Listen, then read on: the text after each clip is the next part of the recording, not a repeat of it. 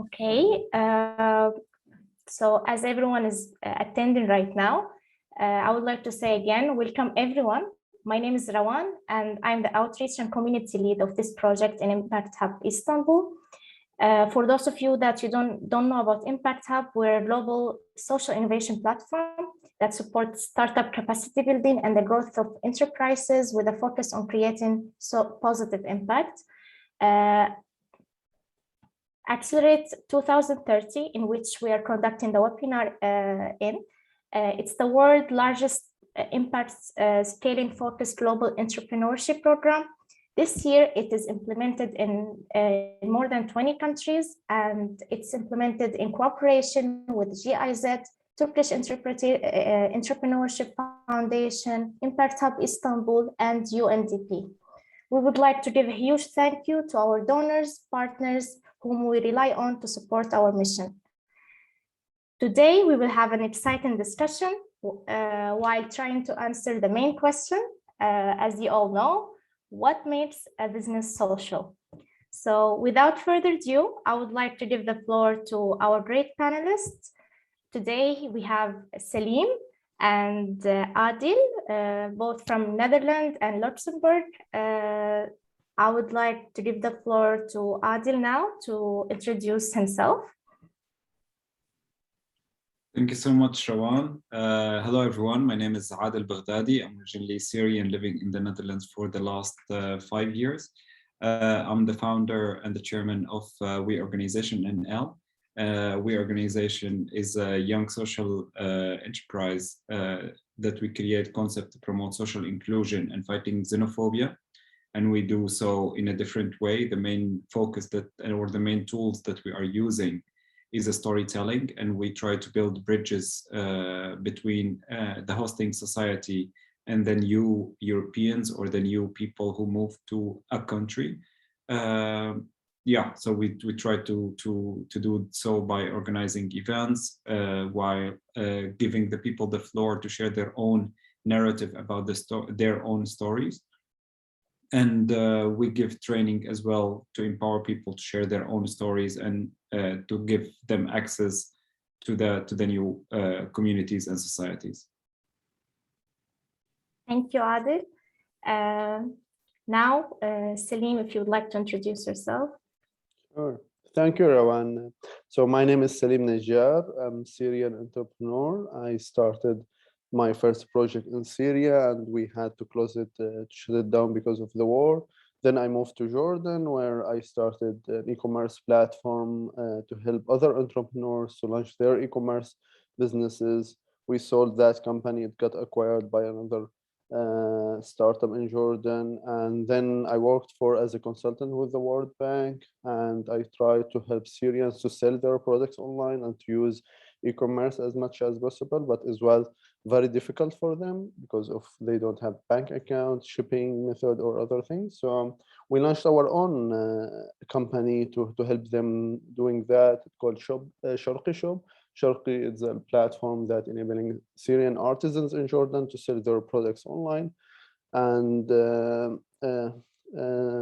it helps now around 130 artisans and designers around the world. And now we're expanding our project to Turkey. So this is a very good opportunity to us to help other artisans sell through Turkey. Also, recently I got interested in helping and supporting Syrians, refugees to get their legal papers like passport, their birth certificate. We launched a platform called Sergo to help them getting the best lawyer to do their jobs, as many Syrians around the world are suffering from the lack of access to their personal documents.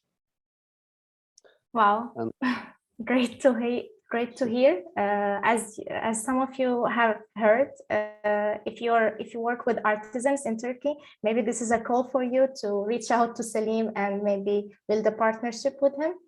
I've realized that both of you are working from a migrant background, and actually social entrepreneurs from a migrant background are actually leading the way right these days, because they're helping in building societies where migrants are not seen as a threat, but rather as an opportunity. which is great efforts you guys are doing. We come to our main question, which is what makes a business social? As you may have heard, that social entrepreneurship can be a confusing term for many of us because it contains two separate contradictory terms, which is social and entrepreneurship. So the entrepreneurship side involves about realizing problems and opportunities and finding solutions for those. And the social side is involving adopting these market approaches to solve social problems. So it can be confusing. It can create a dilemma in some societies. That's why we are here today to discuss it further. I would like to start with my first question. What does social entrepreneurship mean to you, Salim? So, as you said, Rawan, there is a confusion about the term. Each one of us has its own definition. But for me, it started like the same way when I discovered entrepreneurship. Like, I didn't know what entrepreneurship is. I had an idea to do a project online, a food ordering service in Syria, and was no one did it before. So I set up a platform. Somehow we ran around it. We were very naive and beginners at that stage, but somehow we knew that way. So again, when I saw a need, I guess each one of us, the best startup or the best business is when it comes from personal need, or from personal pain. I'm sure Adel started this initiative because he suffered also from this. I started, for example, Sergo, because I was for 9 months in Jordan without a passport. I couldn't open a bank account. I couldn't get a work permit. I was working illegally at that stage because I don't have a passport, a valid passport. So this comes always from a need. And when you can find a solution for it and you can somehow replicate this solution to other people in a scalable way, this is what is a business, make it social. But at the same time, we need to still make a little bit money so we can sustain the project, otherwise it will be one time. And I really hate one-time projects, because the more you can sustain it, the more the ROI on your investment would be better, right?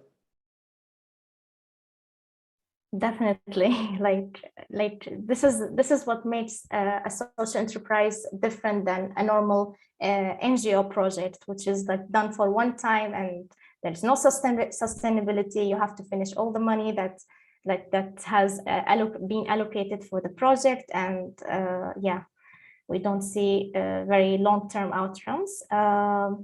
I would like to ask the same question to our panelist Adil. If you can tell us about your own experience and what does social entrepreneurship mean to you? Yeah, I totally agree, like what Salim has mentioned, because like for me, I really feel, and you also has mentioned, Rawan, about, okay, there is a lot of now migrants entrepreneurs that leading basically in this domain, because like I 100% agree with Salim about it's really born out of the need, because like a lot of, and this is all about entrepreneurship in general, like you as a consumer or you as a person with or without like a migration background, you could be suffering from a problem, and then like you try to basically really create a product or create a system or create a solution to help change your life, but also could be other people's life. So basically, I think social entrepreneurship for me is really being a change agent for change and with the social impact. And this is, I think, a bit different with like a charity, and this also the characteristics for social entrepreneurs, that you feel like they still love to do business, but then they also care about the social impact of that business. So this is really give us a lot about like, okay, the impact a change maker. So like not only a change maker, but what kind of an impact do you do on doing the change that you're doing. So this for me is really my passion as well, because like for me, I feel doing a charity and just charity is really good, of course, but then you're not really making the change, you're not really empowering people, but like doing as well with a bit of a social impact, basically, like with the business side of the project, give you also the motivation to keep running and keep going, and the challenges that you also come with that. So this for me, the social entrepreneurship. In fact, like social entrepreneurship can be more challenging than normal, like being a normal entrepreneur, because like you have to tackle both sides. Like you have to be a great business, you have to prove yourself in the private sector, and at the same time you have to take care about your like ethics and values. So it's kind of like a huge challenge, to be honest. Like, yeah. So I was wondering actually, like, whether your project was founded like as a social enterprise, or like, did you know about social entrepreneurship before you actually established your projects, or like you actually found out about that later and you started to realize what kind of impact you're actually achieving? So for me, for first project, Sharqi Shop, the one that sells handmade items, it was an opportunity. So I found an opportunity for a market. We have around 10,000 Syrian artisans in Jordan who moved to Jordan. They are facing problems selling their products, and we thought, okay, we know a little bit about e-commerce. We can help them to sell these products outside Jordan and take these products to new international market. We will help them to sell more, because they were sitting doing nothing in Jordan, and we thought we can take the best of them and selling their best of their products in new markets. So this was the approach. But while we're working, we noticed that we're doing the same as organization who are tackling the social entrepreneurship, like employment. Like UNICEF has a goal to hire 30,000 Syrians in Jordan. Like we are in the employment program. So that's where we start aligning our goals with the organization who are supporting the social enterprise goals or the sustainable goals in general. And I didn't plan for it. It comes, I said, as a need, as a problem need to be solved. Someone need to step up to do it. With the next projects like Sergo, the platform to help with the legal documents, I was aware of it, and I was more aligned. So I designed the project to be more aligned with the organization goals, so we can be more aligned in the project. So any organization would like to support the project, it can be very easy for them to enter and support us through this project. And this is a very good thing for social entrepreneurship people to think how we can align with organization to so we achieve their goals and our goals at the same time. Great to hear. Let's hear from Adil. Yeah, for me, I think it's quite similar, because like also what I heard from Salim, like being closer to your target group, basically, like this is also what I think in entrepreneurship in general. So like you are always continuously keep testing what's your solution that you're trying to approach, and what's the solution that you're trying to bring to the table. And by keep testing it with staying close to your target group, you always can double check about, okay, is this working? No, not working. How could it work? And answering your question about like, okay, did I know before about like the concept entrepreneurship? Honestly, answer no. But for me, I always know my passion was like really doing business with a social impact. But like knowing the term social entrepreneurship, I did not. I knew about like entrepreneurship. So for me, I was like, yeah, I'm more entrepreneurs. So like, I don't want to be a businessman. I don't like to be working only in a charity world, but like my heart is there, but I still have this kind of blood of doing kind of a business more, you know? So then like I started doing with the trainings that we we are doing here in the Netherlands. So like that was the starting point.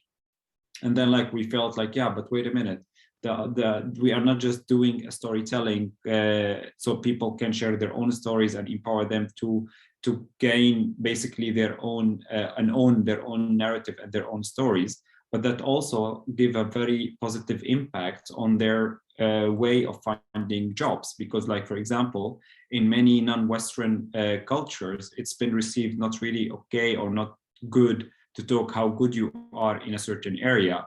While, for example, in Western countries, if you really do not say, okay, I'm good in this and this and this, even in a job interview, the interviewee will not really take you seriously, and you might lose a job that you fit perfectly in. So then we noticed that, okay, the things that we are doing is not only giving a positive impact on people to share their own stories, but it also gives them the opportunity to find jobs, basically. So now we are turning into, oh, we are helping people also to find jobs, as well as a lot of people with the migration backgrounds or with the refugee backgrounds. They made a very tough journey arriving to Western European countries or anywhere in the world. So like a lot of traumas, a lot of things happened on the way that a lot of people keep it within themselves, because also in our culture, sharing these kind of stories not always been appreciated. And we are also talking a lot about if you are a man in the family. So that's also like showing emotion for a man in our culture, also not been received as something good. So like here we're also talking about the vulnerability of the men in culture. So like giving them these tools, it's also like empowering the people within like the Western European country, or like that our target group, basically, to really share their own stories, and that really give them, so it has a financial impact by helping them find a job, as well as helping them on the well-being and the mental health, by also getting all the things that they are pushing down within themselves outside in a safe environment, where that also give a positive impact on them on the longer term, of course. So this is how we found out also, like in the process, by being closer to our target group, basically. That's amazing to hear. Like what I understood is that, like, as you start and identifying yourself as a social enterprise, maybe like the business model should be revisited and like restructured according to that, like maybe according to your beneficiaries' needs, according to your customers' needs, whatever your business model is based on. Like as far as I know, there are there are some common business models framework for social enterprises. For example, there is the cooperative model, maybe many people have heard of, and there is the cross compensation, in which you pay for a service to and then get that profit to finance another service for undeserved people. And there is like the market connector that I guess Salim is doing by connecting artisans with the customers in the market, because they cannot open their own shops and basically sell their own crafts. So yeah, there are many common business models for social enterprises. As I said, it should be customized to the beneficiaries and the customers' needs. Moving on, I would like to ask whether there have been any moments where your values come in conflict with your business needs. Like, as you know, like you're social entrepreneurs, and you know, like ethics come like ahead of yourself, and you know, like, did you face any situation like that where you had to balance the two, like business needs and like social impact, let's say, like regarding the increasing the working hours of your employees, which is not in your standards, but maybe you had a situation where you had to do that. So I would like to ask Salim and Adil, like, if you ever had such a situation. I don't think it was a conflict, but it was very challenging. So, for example, when you set up a platform, a marketplace to sell products from suppliers to the market, you think of, okay, I will provide those suppliers who are artisans in our case with a platform so they can access it, upload their products and start selling them. But it wasn't that like the case. It's not a normal business. So in our case, we needed like to go to artisans one by one, to educate and train them how to use the platform. And then we discovered even this is not enough. Like we needed also, for example, how no matter how much you train them, it's not possible for them to get good photos for their products, or this shiny beautiful photos for their products which sell online, because if you don't have good photos, you won't be able. And for example, describing their products, we needed to hire our photographer and then our copywriter. So this is a burden, keep adding to your business and keep cutting from your margin and keep making it like working for free in some orders or like this. And this is very challenging case in many cases, like when you it's the business connector, or what I usually call the marketplace. For example, a startup in Jordan selling food made at home from ladies who are some of them are refugees, and you can order from the app. So he needed to go to each kitchen from those ladies and to train them how to do the cleaning, how to do the how to be professional. Same for us. Sometimes artisans don't get stick to the products they design, so they might change the color. Okay, this is the color now, and it's kind of between blue and green. A client will love it. We can't ship it, so we need to add this extra mile about doing the quality check. So working with refugees is great. We're working with local suppliers is great.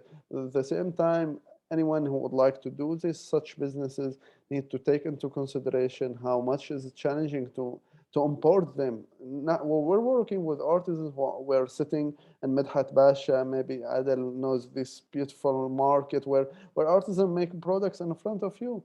But at the same time, they move to closed areas in Jordan or other closed areas where they don't know how to sell in different ways. So this need to open eyes. So we have this challenge, to be honest. Like when you, for example, we sell a natural product. At the same time, we can get it from other suppliers who are big factories who can provide you with better price, better quality. But this is a challenge, maybe in much obvious way, like to keep serving the low margin in the market, while you can get the same quality in some categories. Some other categories, you have only one provider or two provider. At the same time, you have big factories, you can get the same quality, better products, better packaging from them. So this is where some conflicts or some challenging in your business you need to take or to keep an eye on it.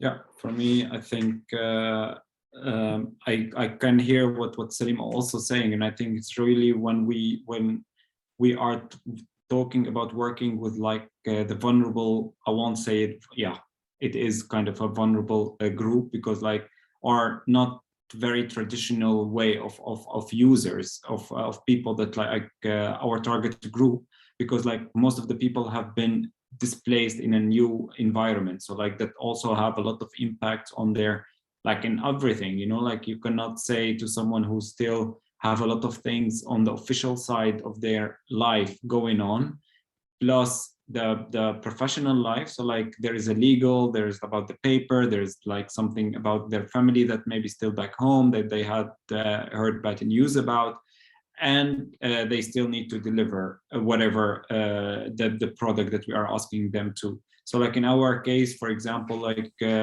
we could also work with just say like, oh, we are just a working agency. We help people get access to work. but that will take the social aspect of our project to really have the one-on-one conversation with the people, see the needs and adapt to the needs of our target group. So this is really something that we are continuously trying to all the time try to see, okay, how can we help this group of people, this new training that we are doing, and not trying to find like, okay, one size fits all, which all the time goes wrong, I think, by trying to say with all the people that we have, this is the solution and it should work. So then it's really the adaptation, how flexible you are also as a social entrepreneur, this also can be. And then also like the question about like, okay, is your business side came across your social side?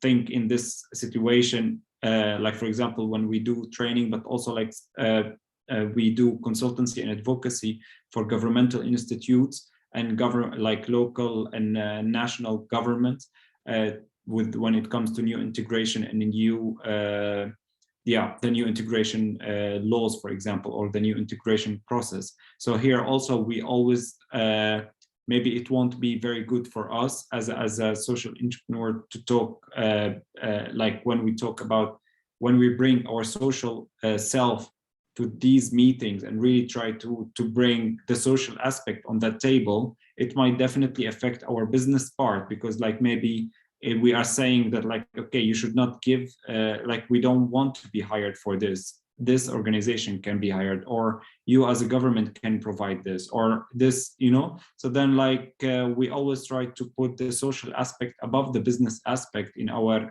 organization, because for us we really believe the social is the drive, you know. So the business side is just the fuel to keep the movements, but is not the movement itself. So the business side is just the fuel basically. And this is we always try to really keep it in our head and in our mission basically, that okay, we are not driven for the money, we are not driven by okay how much profit we will get out of it, how much social impact has this project or concept on people. Based on this we will do it, and then the money will come anyway.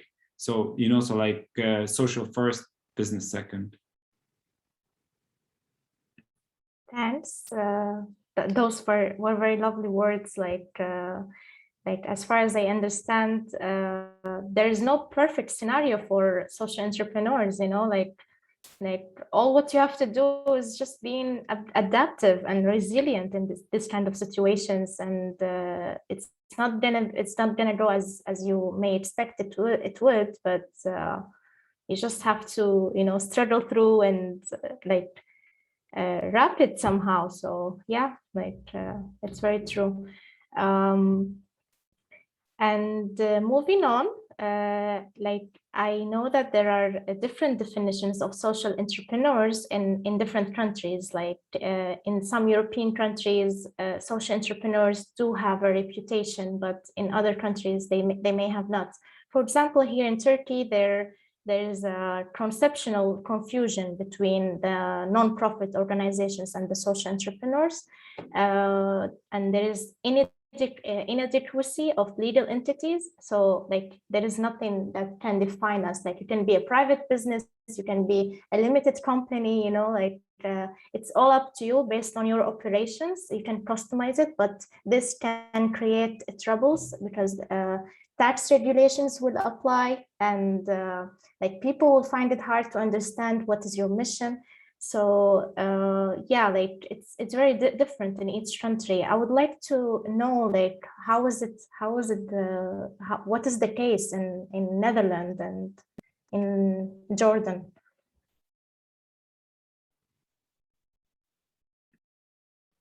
So in Jordan, for Syrians in general, is a little bit complicated for a Syrian to register a business. So I guess it's more complicated when it comes to registering an NGO. So it's more flexible, I guess, for Middle Eastern to register a for-profit company and act through it. I guess this is the easiest way. In Europe, it might be, as you said, like the taxes are not low, so you need to consider this while you're establishing the company. or the NGO or the legal structure of what you would like to act through. So yeah, I guess I'm not sure, but I guess there is no like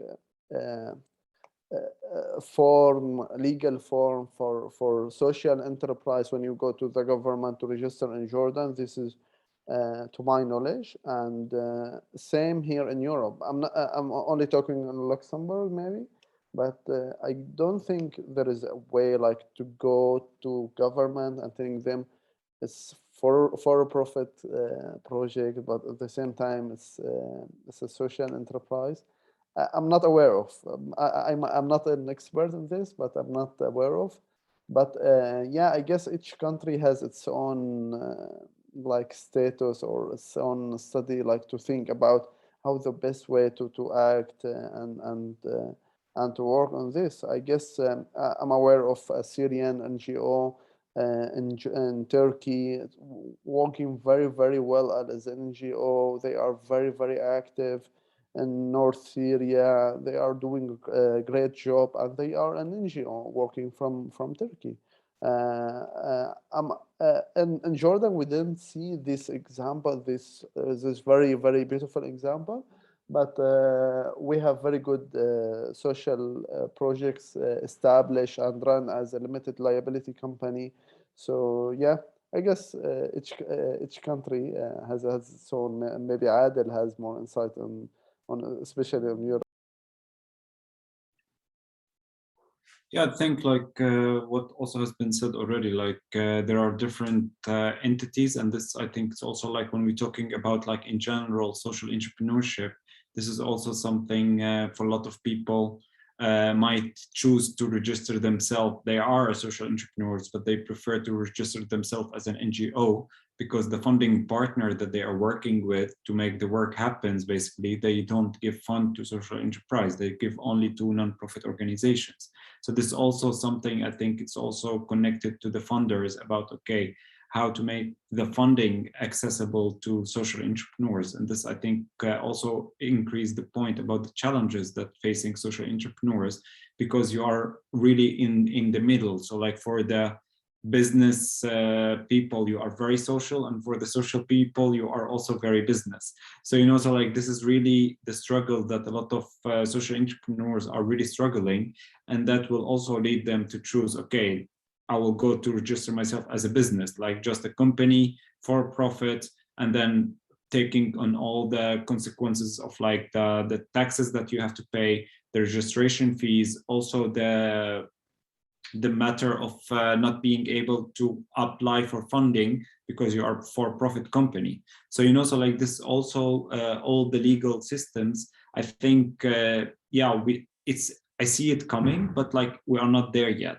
So you see like now more and more, or even the concept about social entrepreneurship is also like a kind of new concept, you know, so like we did not have it maybe like 20, 30 years ago. There are a lot of social entrepreneurs, but like as a concept, it's also, we could say it's kind of new. So this also like needs some time to be adapted to the system as well, like as a government and as a laws and about like legal entities. So this, I think, yeah, as far as I know as well. So like, yeah, the situation. Yeah, I really like what Adil is saying. Like, yeah, it's between. It's not pure business and it's not a pure NGO. So for business people, you're not that good business. And yeah, we faced this problem. We reach out for a lot of investors, and they thought we're not ready to be an e-commerce to sell. We're selling very good, but it's always the case because with the many challenges they try to avoid investing in such startups. So we have seen some investment in Jordan, for example. Some funding was established by the USAID to support social startups. So this was a very good initiative in Jordan, like for the USAID to support such funding. They establish a fund, they open a fund only for supporting, and that was very good. Mercy Corps also has a similar one in different countries.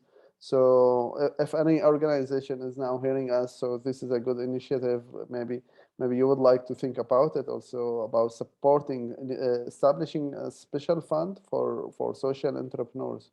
Yeah, and impactful fund, if so, if we can speak about it. Yeah. Yeah, like everything that was said is very true. Like, and in each country there are even more challenges, more problems, and it's very confusing. But you have, like, everyone has to keep in mind the regulations of the country they reside in, you know, and check the law, check all the possibilities that are available for them. Like, because generally speaking, social enterprises, they find it very hard to make their needs and demands heard in an environment when basically there is no like institutional correspondent in the country. Like, for example, private companies, you know, cooperate with private companies in the private sector, and other like non-profit, they cooperate with municipalities. But for social entrepreneurs, you know, there's no institutional correspondent, which makes it very hard. Moving on, I would like to ask that my question now is forwarded to Adil. As you know, that some social entrepreneurs, they come from like high income and high educational background. Like there is some inequality over there, you know, like we don't see many entrepreneurs coming from like a low income or like, I don't know, low educational background, like because like usually you have to have like a capital money to invest in your business. Like you're not always lucky, you know, to find an investment or to find a funding partner. So Adil, like how do you think we can address these inequalities in the social entrepreneurship world? For me, like all the time, it really feels is not like they do like only elite kind of people, social entrepreneurs, and you really need to be in a certain, or like a certain person to be a social entrepreneur. But I think it's also about like the term that we are using, and this is how we start the panel discussion about like, okay, who is a social entrepreneur? So like for a lot of people also, they might be doing a social entrepreneur and they are social entrepreneurs, but they don't call it because like they don't know the term, or like they are not familiar with the term, or like because of the lack of the knowledge basically. So here it really comes also, I think, about access to information that we are talking about, like most of the trainings that when we hear or we see around comes about like entrepreneurship, about business, quite expensive trainings, and then we don't really see a lot of accessible information for people about entrepreneurship. And this really, like, I would like to invite like the people who are watching us, wherever they are, to really make it accessible, because I really think the knowledge and the information is the key to start basically. Because like when you know about like, okay, how to make a business plan, how can you make like the business plan canvas, like these kind of tools, to make it accessible and to make it really in the hands of everyone.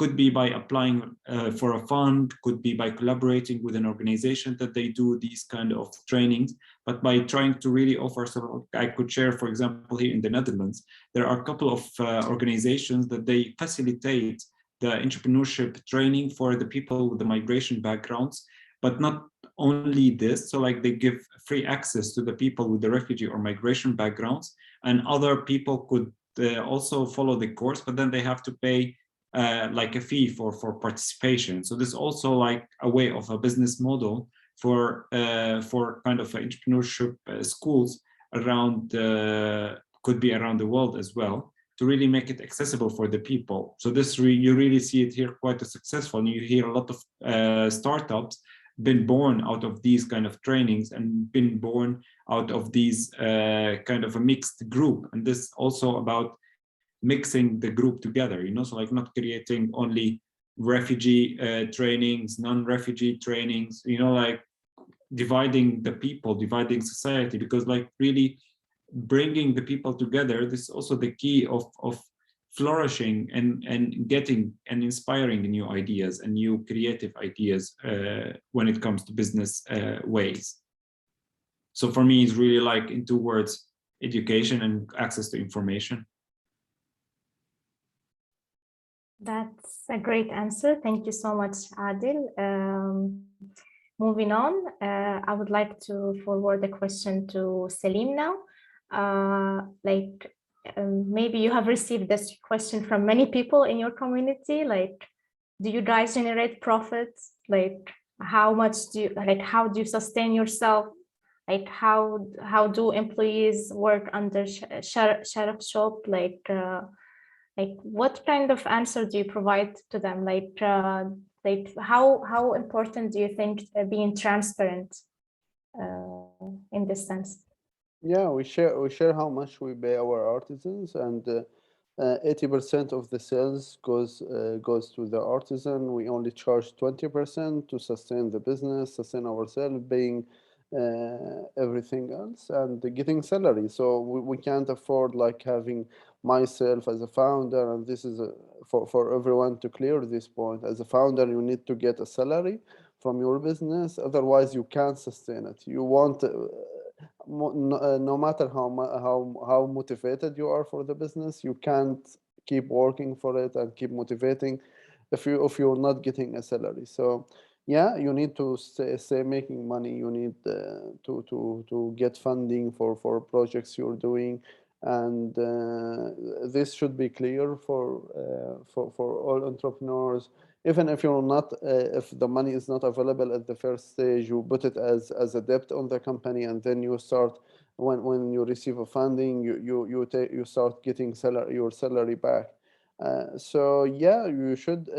I'm with designing projects that keeps sustaining itself, even there is no funding, there is no access to funding. So the best way, like you need to pay the marketing budget you're dedicating. So there is a lot of payments around, and you need to stay sustainable, sustaining the business and yourself, and so you stay it alive.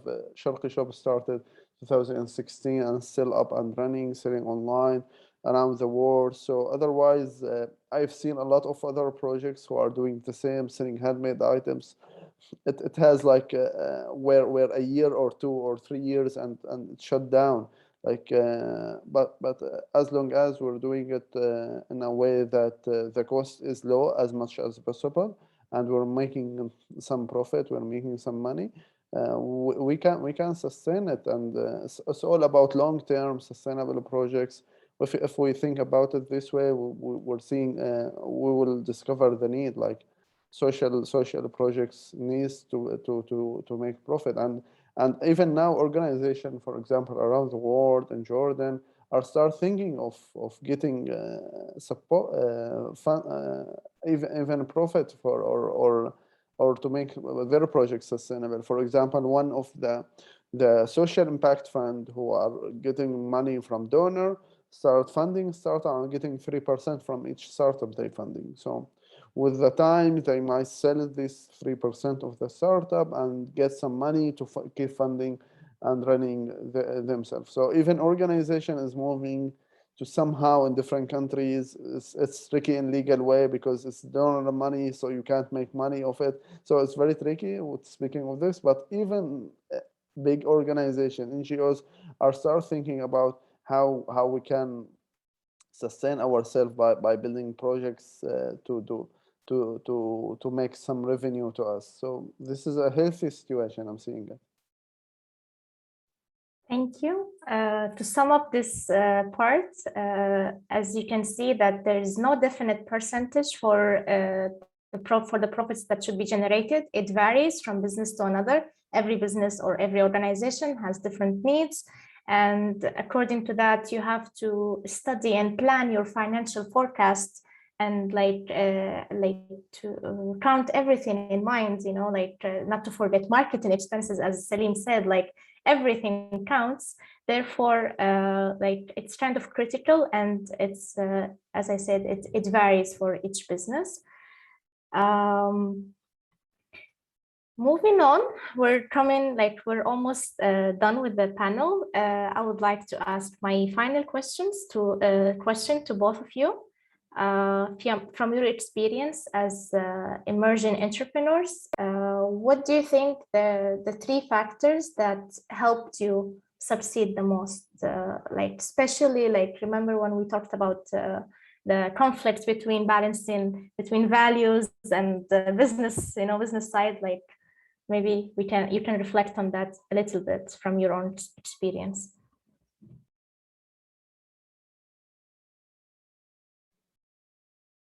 Yeah, Adel, would you like to go first? Sure, I don't mind.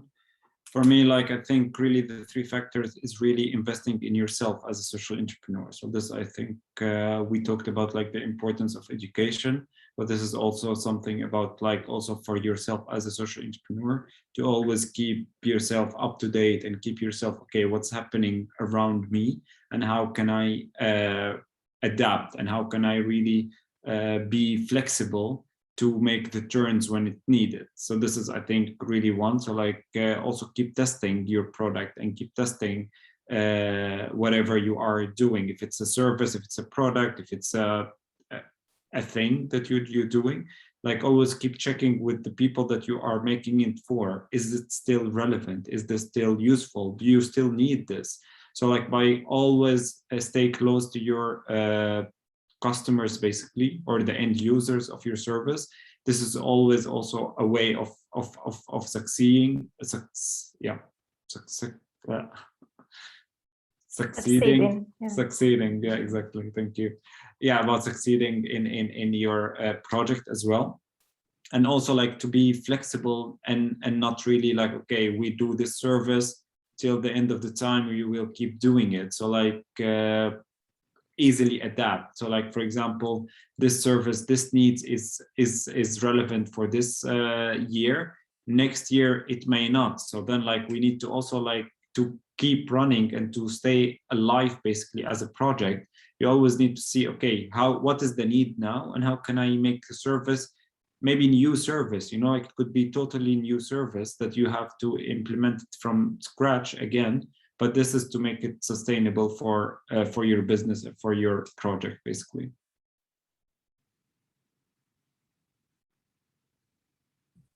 Yes, we can hear now from Salim. Sure. Yeah. From my side, I'm thinking of my journey, and I think what kept me moving, or what helped me to survive this journey was when I moved to Jordan, for example. First, I couldn't afford it. It was more expensive. I have a family to support, but I kept moving. I kept trying things. I kept learning. So keep moving and learning is the most thing.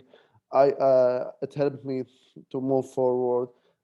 Even I tried to raising fund, and investor speaks in English while pitching in Jordan, and my English was very, very weak. So I had to enhance it in a very quickly way. Also, while you keep moving, you keep adding value, as Adel said, to yourself. The more value you add, the more opportunities it will open for you, and doing good, to be honest, for other people. I guess it opens doors for you, and keeping good relationship while you're working, and have introducing to new people, maintaining this network, especially for us, the people who do the moving to new countries every while and then. So you need to keep this healthy network, and keep, as Adel is saying, about building business central, about customers, about the beneficiaries. So this is a very good thing as well, thinking about it. But no matter how it's challenging, I know this sounds like cliche, but it is the case. No matter how much challenges you have, keep moving.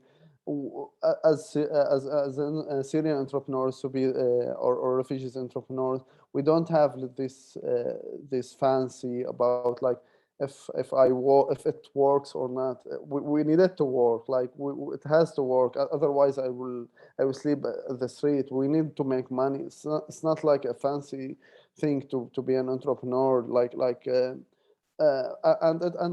It's very rewarding, to be honest. 6 years in Jordan, I couldn't travel, and once I received an invitation from EU to speak at the Syrian Trust Fund, I got the approval to my house when I got this approval. And I was trying to travel very hard to get a visa, and it was very challenging. 6 years in Jordan, and it opens the door for me to speak about the initiative, about the value. Otherwise, I couldn't make it. Otherwise, I will stay, couldn't get any visa. I will say very restricted in moving. So this helped and opened many doors, I guess. Yeah. So yeah, it's very rewarding. It's very challenging and very rewarding at the same time. So good luck for the people who would like to go through this journey. That has been impressive. Thank you so much. Maybe I can add something, like based on what you said, like you guys both work with disadvantaged communities most of the time, let's say. Like from my own experience, I realized that your beneficiaries, should be able to represent themselves, like that's what empowerment means, like, okay, for example, I can say, okay, my business empowers migrant women in doing this and that, but then they're not in the picture, like no one, like the customers don't see them, or they never get introduced to them, or like, for example, in fairs, they should be able to represent their culture, to be empowered to sell on their own. So this is also very important, like to really know the needs and like the outcomes expected from your beneficiaries, or like whether it's from a disadvantaged community or from whatever community you're dealing with. So yeah, that's from my side. Thank you so much. We have come to an end. Right now, we would like to receive some questions from our audience. We have received one already, actually. It's from Ahmed. How do companies fund themselves as a social enterprise? And are there different scenarios for this? I really actually want to know whether it's directed for Turkey or for, like, in generally speaking. Would any of you like to answer this question in regards to your country? Yeah, sure, I can start. So in my case, and then first project I started, I didn't know that I can get money from investors. So I was very naive at first. So I started with a laptop. I thought I only need a laptop. I can learn how to program and to launch a platform for ordering food from restaurants.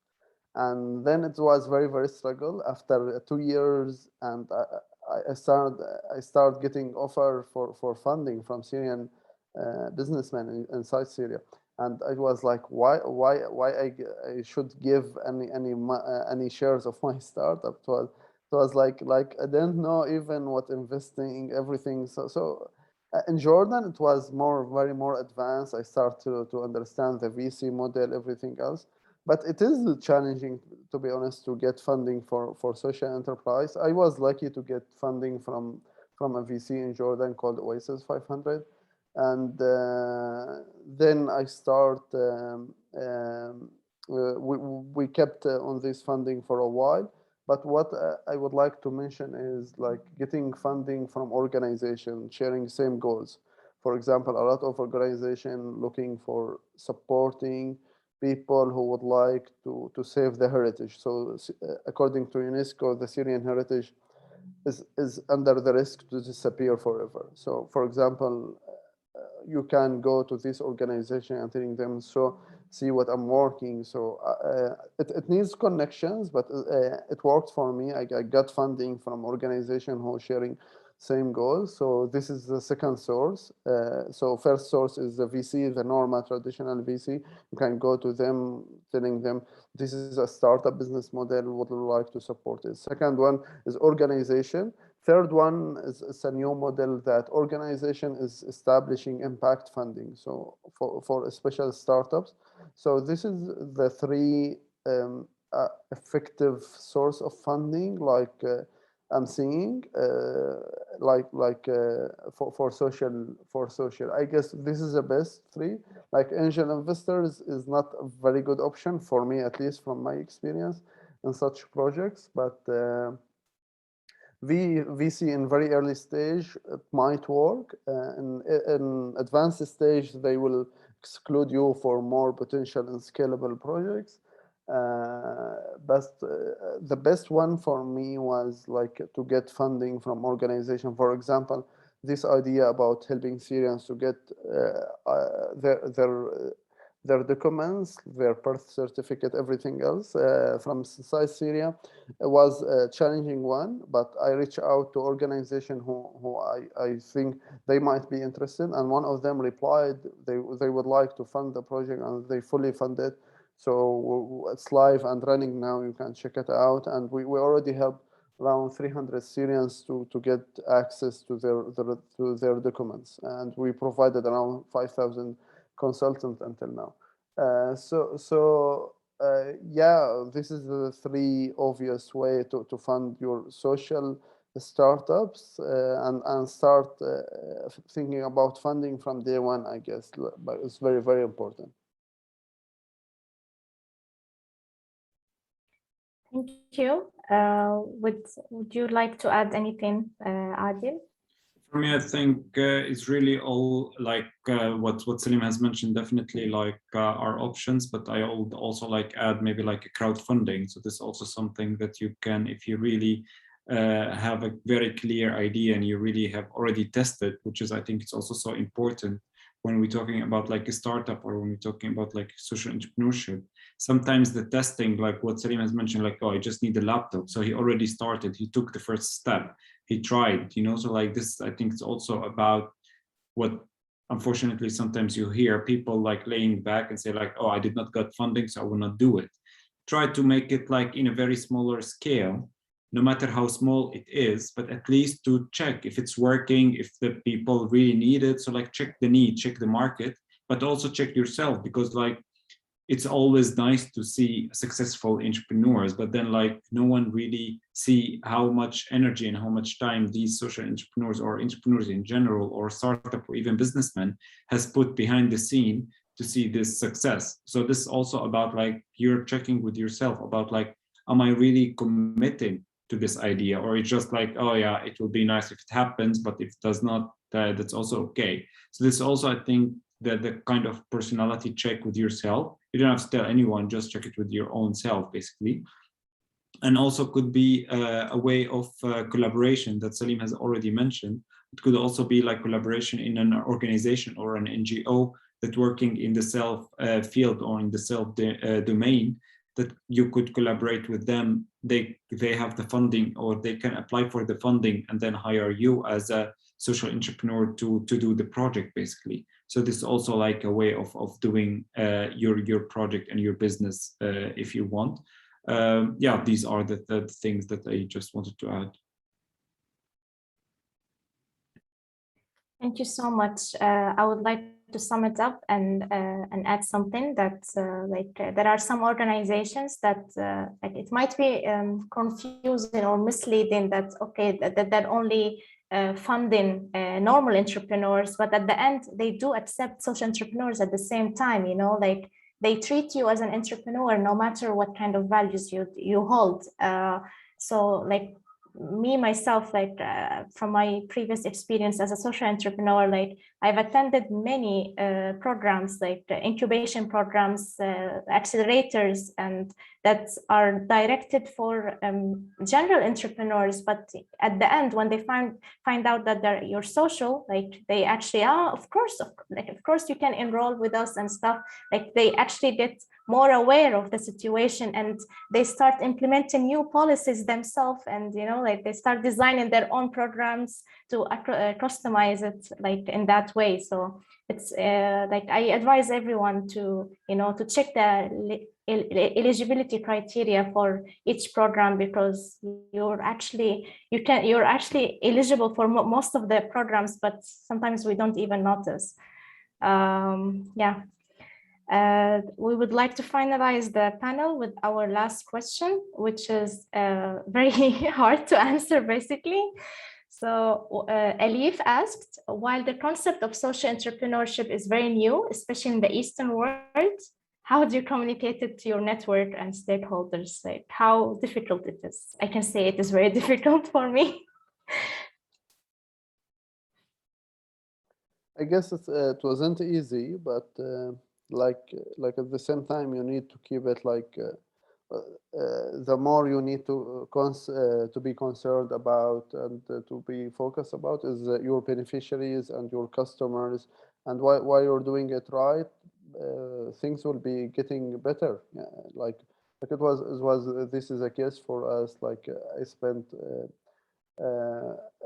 Like I have been in Jordan for 10 years almost, and during this 10 years I kept my network, but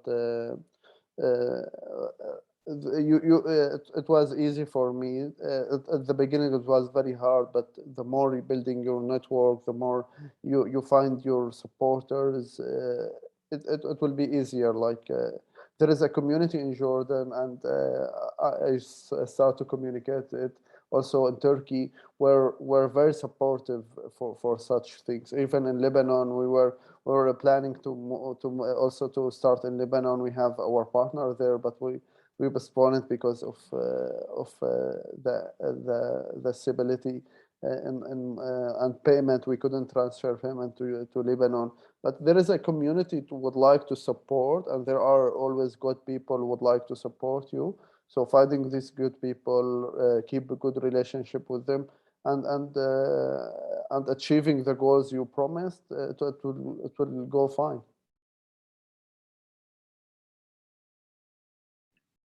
I can take the last words from Adi. Sure.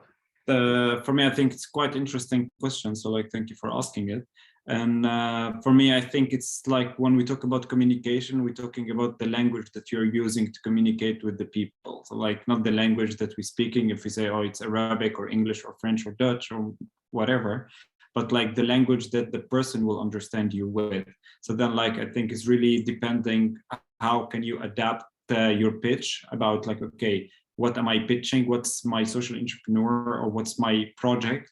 To whom am I pitching this? So if it's like more to NGOs, I will more focus on the social aspect of the project. If it will be for businessmen and for funders that they more interested on the business side of this, I will also adapt the pitch to more like, okay, what's the business side of it? So it's really about like adapting your pitch, and also knowing to whom are you pitching for. So like I think this also, like when we talk about like, for example, the elevator pitch, like really the shortest version of a pitch of yours, it really has to have like the both elements, you know, like the social and the business side of it, and combine it both, so you can really hook the people with like, oh, I would like to hear more about like this part, so I'm interested in the business. Oh, like how do you do that? Or the social, okay, how do you do that? So it's really about like you as an entrepreneur communicate yourself and your project in a way that the people would like to hear, basically. But then like you are not changing the project, but like changing the way that you are focusing on the project. This explains how important the communication skills, you know, in pitching, basically. Thank you so much. That's a great point. So yeah, we have come to an end. I'm very thankful for everyone. Thank you guys I would like to thank the audience for bearing with us 5 more minutes, like we're kind of late. And I would like to thank our panelists who attended from different time zones to be with us today. And I would like to say one more thing is that we as Impact Hub Istanbul, we do support this kind of projects, and we work in the social entrepreneurship and innovation field. So we have a variety of programs, whether it's capacity building or funding opportunities. I advise everyone to check our website and our social media channels, and feel free to reach out to us anytime you want if you are an emerging social entrepreneur. And yeah, thank you so much. Have a nice day. Thank you, guys. Thank you, everyone. Nice meeting you. Bye bye. Thank you. Bye.